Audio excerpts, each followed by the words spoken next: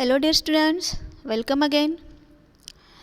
Now open your textbook, look at the page number 26. नमस्कार विद्यार्थी मित्रांनो, तुमचं पुन्हा स्वागत आहे.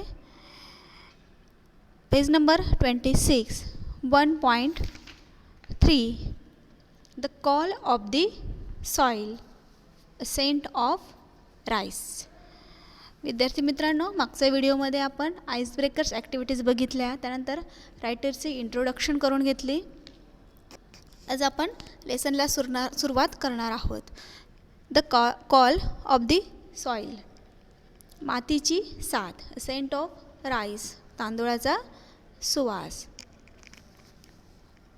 Page number 26 the first crop, पहिलं पीक. It was April 2004. I stood in the middle of the lush green field of mung, in the bracket green gram, and looked around me. Writer says. लेखक इथं म्हणतात it was April 2004 की April 2004. I stood in the middle of the lush green field of mung. Lush means रसदार किंवा टवटवीत अशा त्या मुगाच्या शेतामध्ये. अँड लुक्ड अराउंड मी, आणि माझ्या अवतीभोवती मी बघत होतो, म्हणजे लेखक बघत होते. It was just before sunrise and the sky was turning a bright orange.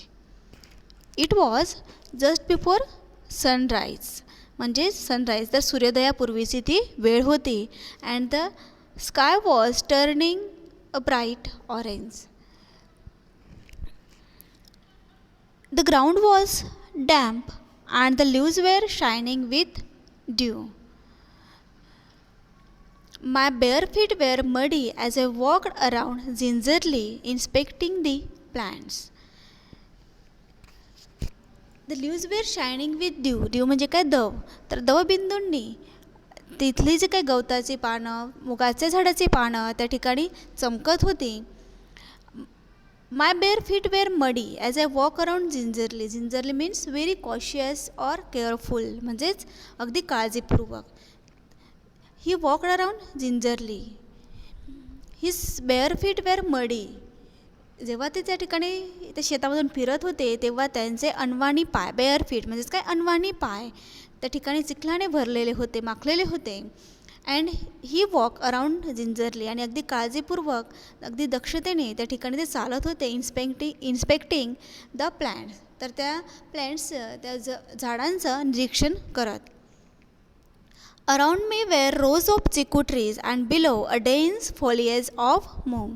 Foliage means the leaves of a tree or a plant.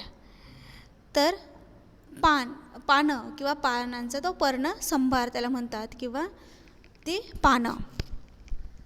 तर around him were rows of chiku trees and below dense foliage of moong. तर त्यांच्या आजूबाजूला चिकूची झाडं होती आणि खाली मुगाच्या झाडाची पानं त्या ठिकाणी आच्छादलेली होती.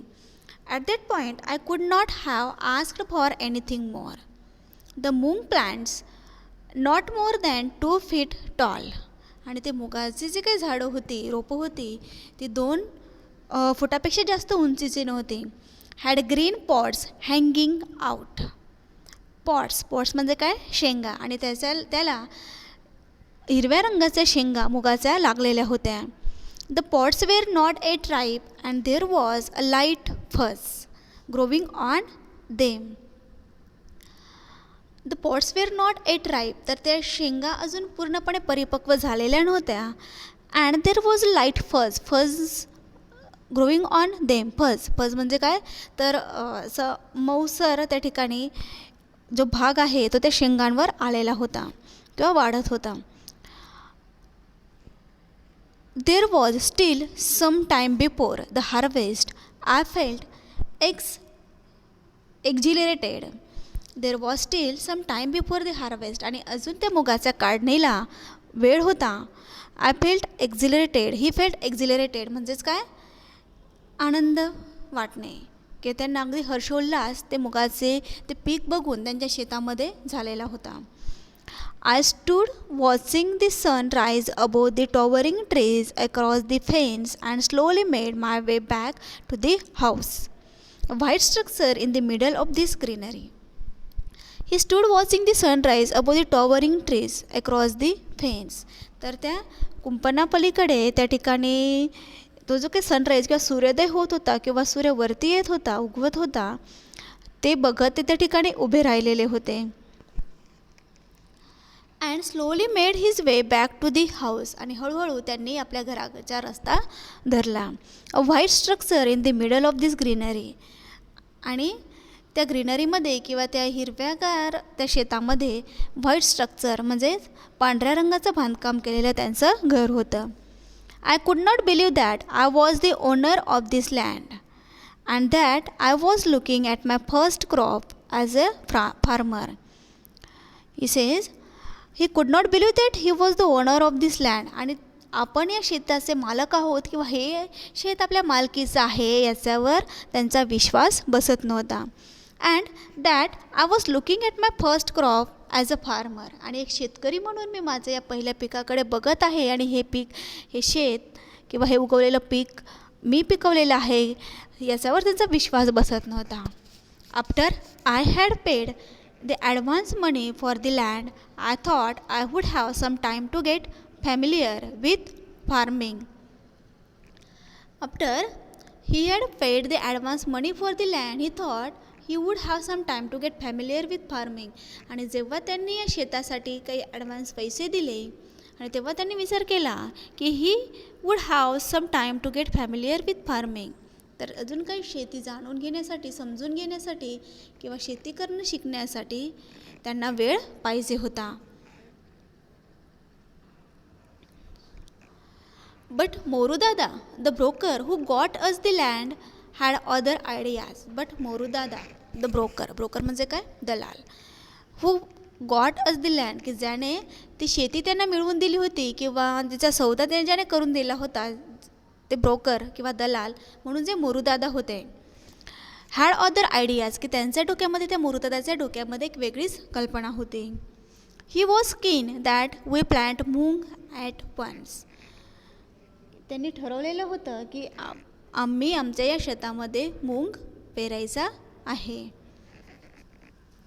I was not prepared for this. परंतु मी त्याच्यासाठी प्रिपेअर नव्हतो किंवा तयार नव्हतो असं लेखक म्हणतात. I was still reading books and trying to figure out what we could sow and how we should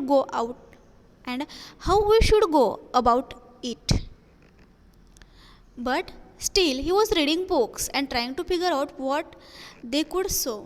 आणि अजूनही त्या ठिकाणी लेखक पुस्तकं वाचत होते शेतीवर आधारित आणि ते याचाच विचार करत होते की आपण या शेतामध्ये काय पेरायचं आणि कसं घ्यायचं उत्पन्न, पीक वगैरे. Morudada was quite firm. परंतु मोरूदादा ठाम होते. He said the season was right for sowing moong and the best seeds were available in Surat in the adjacent state of Gujarat. Morudada said the season was right for sowing moong. परंतु मोरूदादांचं म्हणणं होतं की हा जो काही सीझन आहे तो मूग पेरण्यासाठी त्या ठिकाणी राईट आहे किंवा चांगला आहे. And the best seeds were available in Surat in the adjusted state of Gujarat. आणि मोरूदादांचं म्हणणं होतं की द बेस्ट सीड्स म्हणजे अगदी चांगलं बियाणं मुगाचं त्या ठिकाणी शेजारील जे काही राज्य आहे गुजरात राज्य तिथल्या तिथे सुरतमध्ये नक्कीच आपल्याला चांगलं बियाणं मिळेल. Next paragraph. I made a quick trip to Surat and bought around 10 kilograms of मूग. आणि लगेच त्यांनी सुरतला जाऊन तिथून 10 किलोग्रॅम्स मूग विकत आणले. Morudada rented his tractor to plough the land and quickly planted moong all over the place. Rented म्हणजेच काय, भाड्याने देणे. Morudada rented his tractor to plough the land. आणि त्या शेताची नांगरणी करण्यासाठी मोरूदादाने त्यांचं ट्रॅक्टर भाड्याने दिलं. आणि quickly planted moong all over the place. आणि संपूर्ण शेतामध्ये लगेच मूग पेरण्यात आला. A few days later we were overjoyed to see tiny green leaves. आणि काही दिवसानंतर ते छोटे छोटे मुगाच्या झाडाला आलेली पानं बघून त्यांना अतिशय आनंद झाला. I had never seen moong growing before and was thrilled at the sight. He said he had never seen moong growing before and was thrilled at the sight, की त्या कारण त्यांनी हे दृश्य कधीच पाहिलेलं नव्हतं आणि त्यामुळे त्यांना एवढा हर्षोल्लास झालेला होता. किंवा ते मुगाच्या झाडाला छोटी छोटी येणारी पानं किंवा ते छोटं मुगाचं झाड जे काही वाढत होतं ते बघून किंवा असं दृश्य त्यांनी पाहिलं नसल्यामुळे त्यांना त्या ठिकाणी खूप आनंद झाला. It was the same thrill I had failed as a young boy when I saw the first of the hibiscus I had प्लॅन्टेड Bloom at the railway quarters in Vile Parle in Mumbai. आणि असाच आनंद त्यांना एकदा त्यांच्या लहानपणी झालेला होता. When he was a young boy when he saw the first of the hibiscus he had प्लॅन्टेड Bloom at the railway quarters. असाच आनंद त्यांना तेव्हा झाला जेव्हा ते लहान होते आणि त्यांनी रेल्वे क्वार्टर्स विलेपार्ले मुंबईमध्ये हिबिस्कस किंवा जास्वंदाचं झाड लावलेलं होतं आणि जास्वंदाचं जे काही पहिलं झाड आहे पहिलं फूल आहे ते आलेलं दिसलं तेव्हाच त्यांना असा आनंद झाला होता. I was grateful to have taken Moru's advice. I was grateful to have taken Moru's advice. आणि आता त्यांना मोरूदादाची ॲडवाईस किंवा सल्ला त्यांनी ऐकलेला होता आणि मोरूदादाचा जो सल्ला ऐकल्याबद्दल त्यांना देखील आता म्हणजे योग्य वाटत होतं किंवा आनंद वाटत होता आणि त्यांना कृतज्ञता वाटत होती. धन्यवाद. आता पुढचं आपण पुढच्या व्हिडिओमध्ये बघू. थँक्यू.